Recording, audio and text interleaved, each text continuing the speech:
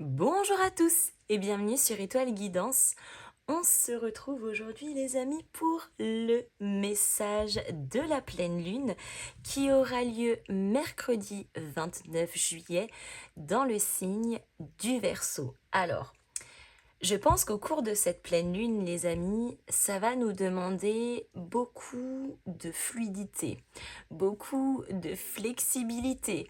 On va peut-être nous demander ici de trouver, en tout cas, une certaine forme d'équilibre, une certaine forme de paix. Le signe du Verseau, c'est un signe qui est très visionnaire, c'est un signe qui est beaucoup dans l'analyse, mais c'est un signe qui est très libre. Et je pense qu'effectivement, là, les énergies qui vont se dérouler en tout cas et qui vont nous porter quelque part au cours de ce cycle lunaire, eh bien, ça va simplement être de mettre de l'ordre pour y voir plus clair, pour se sentir davantage apaisé, pour avoir une vision bien plus claire sur certains aspects, hein, que ceci soit dans la matière ou qu'il soit plus intérieur également. Donc, je pense à mon avis, mais encore une fois, ce n'est que l'avis à au fait, les amis, qu'au cours de cette pleine lune, donc de pleine lune à pleine lune, un cycle d'environ 29 jours, 29-30 jours, ça dépend. Je pense qu'on va avoir un réel besoin de débloquer, libérer, épurer aussi, et forcément d'être davantage plus adaptable selon certaines situations qui pourraient nous sembler inconfortables. Voilà. Voyons voir un petit peu comment ça se passe au cours de ces énergies lunaires, les amis.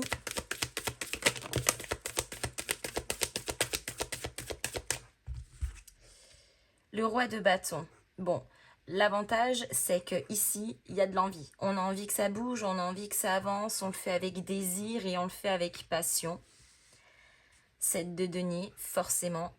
Besoin de patience également pour que les projets poussent, pour que ce que vous entreprenez fructifie. Le 7 de denier, c'est vraiment les petites graines que l'on plante et on fait forcément un petit peu d'effort, hein. Il faut les planter, il faut les arroser, il faut bien les exposer, il faut leur donner aussi de temps en temps un petit peu d'amour pour que les petites fleurs soient jolies. Donc ça demande ici un petit peu d'effort, mais le 7 de denier, c'est une énergie où on fait maturer les choses. Je sais même pas si ça se dit. Maturation. Ah ouais, bon, vous m'aurez comprise.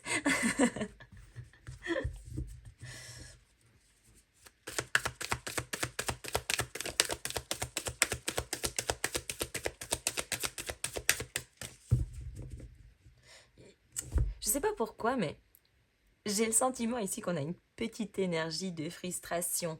Parce que on sent qu'on en a très envie, qu'il y a beaucoup de choses qui vibrent, que le roi de bâton, c'est une énergie où vraiment ça y va, quoi, ça dépote, on a envie que ça roule. Mais le 7 de denier, c'est une énergie qui est beaucoup plus lente, beaucoup plus dans la construction que dans la précipitation. Donc ça pourrait peut-être, la notion du temps pourrait peut-être un petit peu nous frustrer là au cours de ce cycle.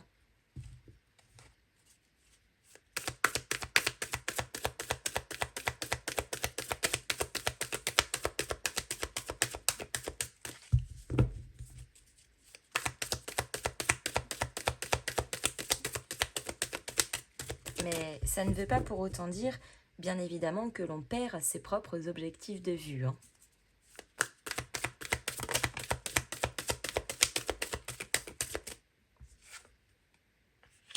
Le soleil. Oui, retour à une forme de clarté, de visibilité. Le soleil, c'est aussi le côté très dynamique, hein. C'est les énergies qui se mettent en mouvement, c'est les énergies qui circulent. Le soleil, c'est également le côté chaleureux, rayonnant, c'est aussi la vitalité. Donc, au cours de ce cycle lunaire, même s'il y a parfois certains petits désagréments, entre guillemets, on se sent relativement bien. Donc pour le moment, pas d'alerte, on se sent bien, on profite du moment, on se sent en tout cas dans un mood plutôt dynamique.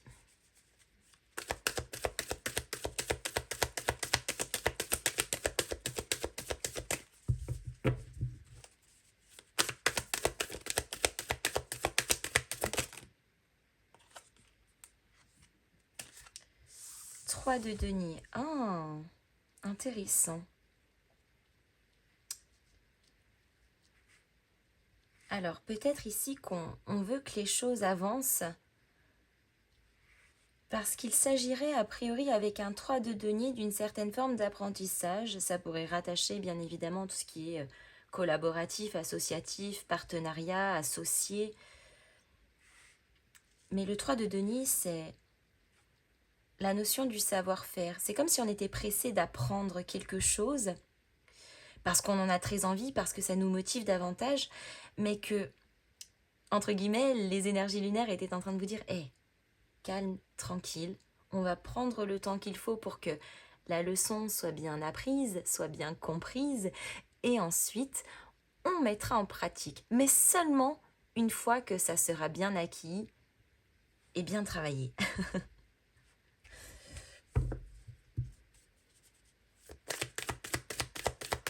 Il y a peut-être bien l'énergie du temps aussi qui est réévaluée, notamment avec le soleil.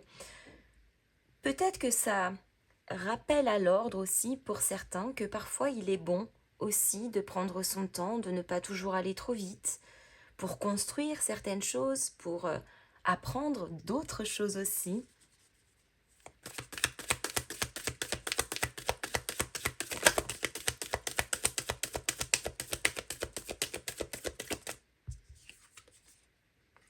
Le cavalier de bâton. Ah, on pousse quand même un petit peu aux fesses. On veut bien patienter, on veut bien que ça aille doucement, mais pas trop longtemps quand même. Parce qu'avec un cavalier de bâton, là pour le coup, on enclenche le mouvement. Le cavalier de bâton, c'est une énergie qui est plutôt rapide. Encore une fois, elle est très passionnée aussi. Donc peut-être que les énergies ici s'accélèrent aussi plutôt sur la fin du cycle.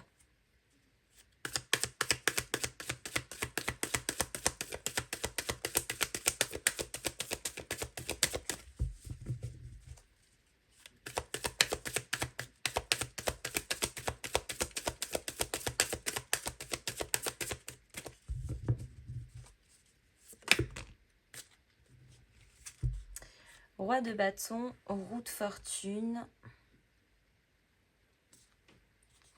7 de denier, roi d'épée. Il y a un côté très directif, très entreprenant, très rigoureux.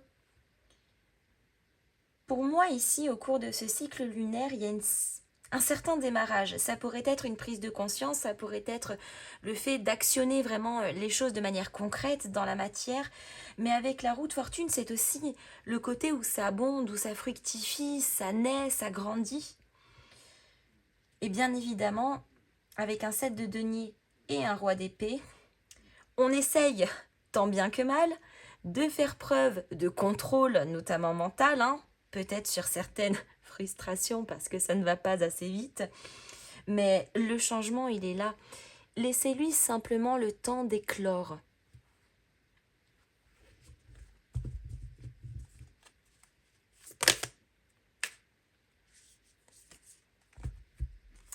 Oh non, on en a beaucoup trop. Je ne les prends pas, les amis.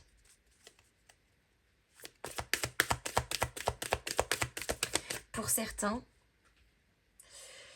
il se pourrait bien aussi que ça soit une reprise de position, un positionnement, une mise en lumière de soi que l'on exploite vis-à-vis de quelque chose ou de quelqu'un.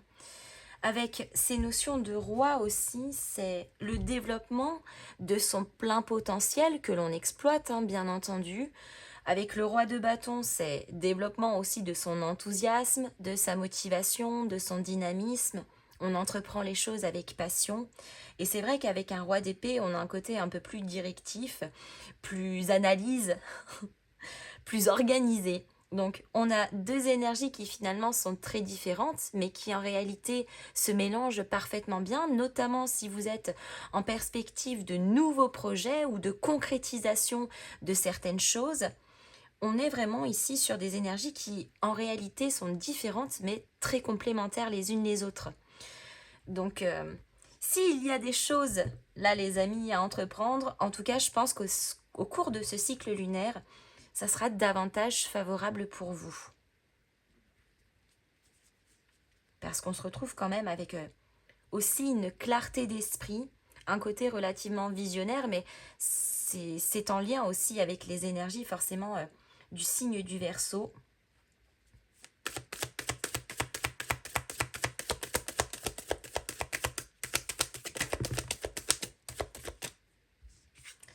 Avec le soleil, on a la reine de denier. Alors il se pourrait bien qu'il y ait certaines mises en lumière et notamment sur certaines reconstructions. Reconstruction de manière intérieure lorsqu'il s'agit de nos propres problématiques, traumatismes, blessures, choses un petit peu douloureuses qui ne sont pas forcément traitées. Ça pourrait être aussi de la dette karmique, du transgénérationnel également. Mais avec la reine de denier et le soleil, on est aussi prêt à reprendre les choses en main dans la matière. Et encore une fois, avec beaucoup de dynamisme. Mais même si on sent qu'il y a un petit peu cette énergie de frustration par moment, notamment reliée à la temporalité, la reine de denier, elle est prête à reconstruire, mais encore une fois, elle prend le temps nécessaire. Donc, d'une certaine manière, on est aussi en train de vous dire, ok, t'inquiète pas, les choses vont vraiment se construire au fur et à mesure. Par contre, ton rôle à toi, c'est de faire preuve d'un petit peu de patience pour que tout se déroule correctement. Parce que si on commence davantage à brusquer les choses, à aller défoncer des portes, à un moment donné, ça risquera de coincer ou de freiner pas mal de choses. Donc, je pense que sur ce cycle lunaire, on est en train de vous demander un petit peu de prendre sur vous, mais quelque part d'y trouver aussi votre compte, c'est-à-dire que possiblement dans la frustration reliée à la temporalité, eh bien, on peut simplement vous dire, hé, flex, reste aligné, reste calme, tente d'équilibrer, voilà, sois flexible.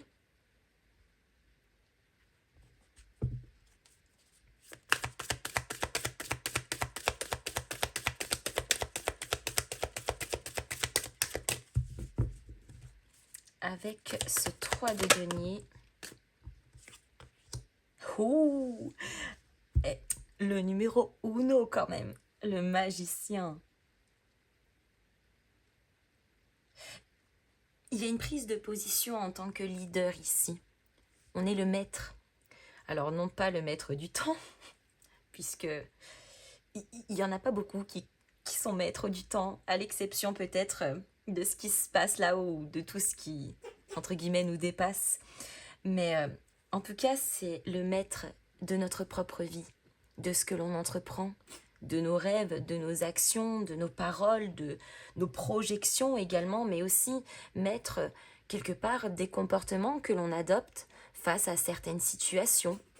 Donc c'est les états d'esprit aussi qui se développent en ce sens. Le magicien, lui, il a toutes les cartes en main pour mener à bien sa mission, pour mener à bien, entre guillemets, sa quête. Donc là, on est en train de vous dire, n'utilisez pas qu'un seul outil. Utilisez tous. On les a ici, en notre possession. Mais pour pouvoir tous les utiliser, eh bien, ça prend aussi du temps.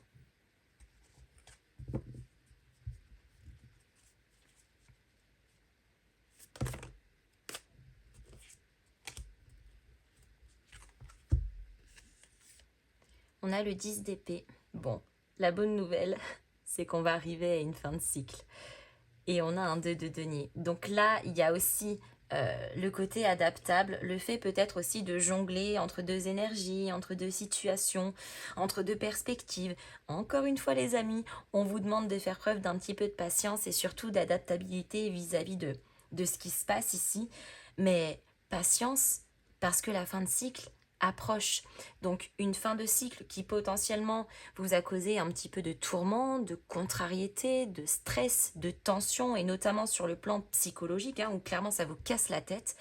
Donc là, on est simplement en train de vous dire, ok, respire un coup, ferme les yeux, ça va passer, et une fois que tout ça est bien aligné et bien ancré, et bien là, on a ce démarrage de reprise de plein pouvoir, de développement de plein potentiel, où on devient soi-même le maître de sa vie. On n'est pas spectateur, hein, on est vraiment acteur de ce que l'on entreprend, et encore une fois, de manière très passionnée, avec beaucoup de lucidité, et forcément avec beaucoup de dynamisme aussi. L'étoile. Ah, incroyable! L'étoile qui est votre signe. Enfin, le signe surtout des Verseaux, mais votre signe pour tous ceux qui ont également des planètes en positionnement natal dans ce signe-là. L'étoile, c'est aussi quelque chose qui vous guide. Donc, encore une fois, ça vous demande de lâcher prise, de ne pas maintenir une certaine forme de contrôle parce que ce qui doit arriver arrivera. Vous êtes maître, vous, de vos comportements, de la façon dont vous prenez les choses, la façon dont vous les actionnez, mais encore une fois, les choses se feront en temps et en heure lorsque ça sera juste. Et puis bien évidemment, l'étoile, ça rejoint l'espoir, ça rejoint la foi. Ça rejoint aussi, dans certains cas, la guérison, la résilience.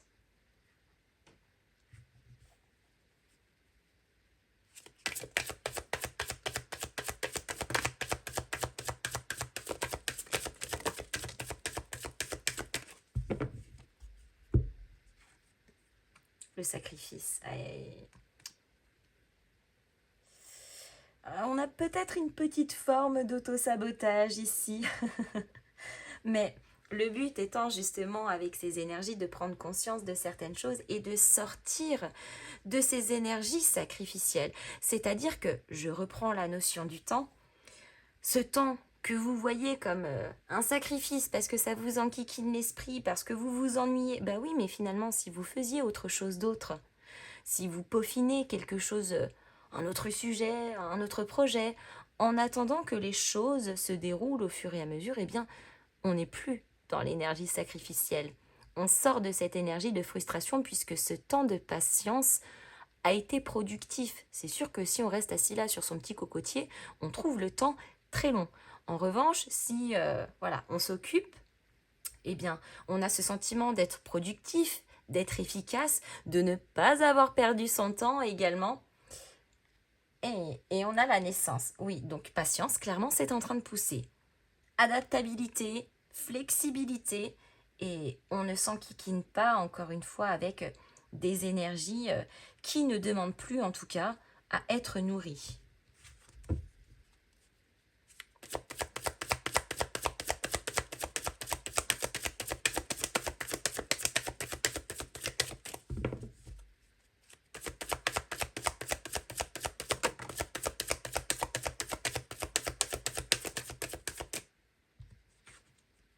La clé.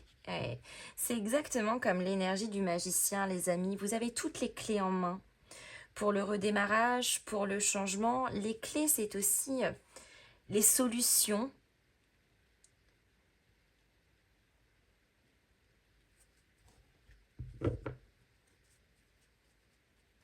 Et il y a peut-être bien aussi pour certains de nouveaux outils qui arrivent. C'est-à-dire des choses aussi des éléments qui vous permettraient de faire avancer davantage une situation.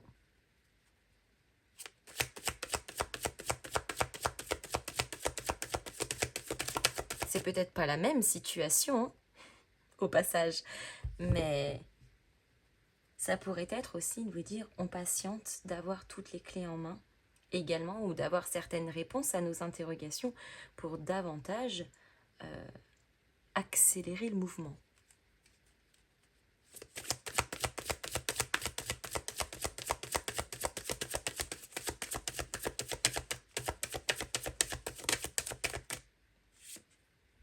Le nadir. Je pense qu'on va sortir au cours de ce cycle lunaire d'une période un peu d'ombre, une zone de flou, une zone peut-être même de turbulence pour certains, le sentiment de s'être un peu perdu, le sentiment de s'être un peu dispersé, et que ça soit de manière intérieure, mais peut-être aussi dans la matière, hein, dans ce que l'on entreprend, dans nos projets, même parfois dans notre quotidien. Ça pourrait être d'avoir pris de mauvaises habitudes dernièrement, et puis là, de remettre un petit peu d'ordre aussi par rapport à tout ça. Mais vous voyez, sur cette énergie du Nadir, c'est le sentiment d'être dans un tunnel sans fin, mais en réalité, il y a le petit bout de lumière. On arrive au bout du tunnel.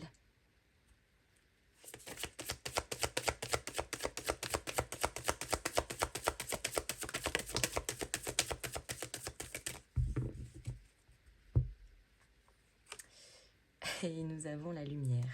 Voilà. Après la tempête vient le beau temps. Et c'est drôle parce que c'est très complémentaire les deux. Parce que la lumière ne peut naître que dans l'ombre. Si tout était lumière, on ne verrait plus de différence.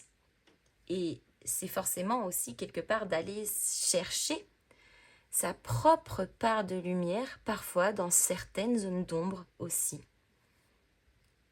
Équilibre, la dualité, l'ombre et la lumière, le blanc et le noir, l'adaptabilité. Ouais, et on a la protection. Donc, encore une fois, on a cette étoile également qui nous guide, mais on a cette énergie de protection aussi. Donc, encore une fois, je pense vraiment que s'il y a des choses importantes ou qui vous tiennent à cœur, qui sont à entreprendre là dans les prochains jours, dans les prochaines semaines, peut-être favoriser encore une fois cette période du cycle lunaire qui me semble en tout cas très favorable à l'expansion, à la pousse avec fondation, avec ancrage de certaines choses.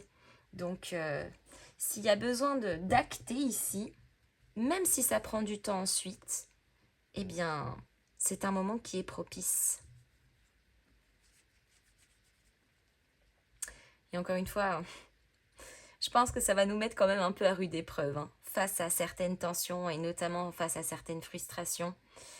Ça va nous demander encore une fois de voir le verre plus à moitié plein plutôt qu'à moitié vide, de faire preuve encore une fois d'adaptabilité, de parfois voilà, ne pas trop grincer des dents et essayer de trouver un petit peu de calme, un petit peu de paix, un petit peu de légèreté.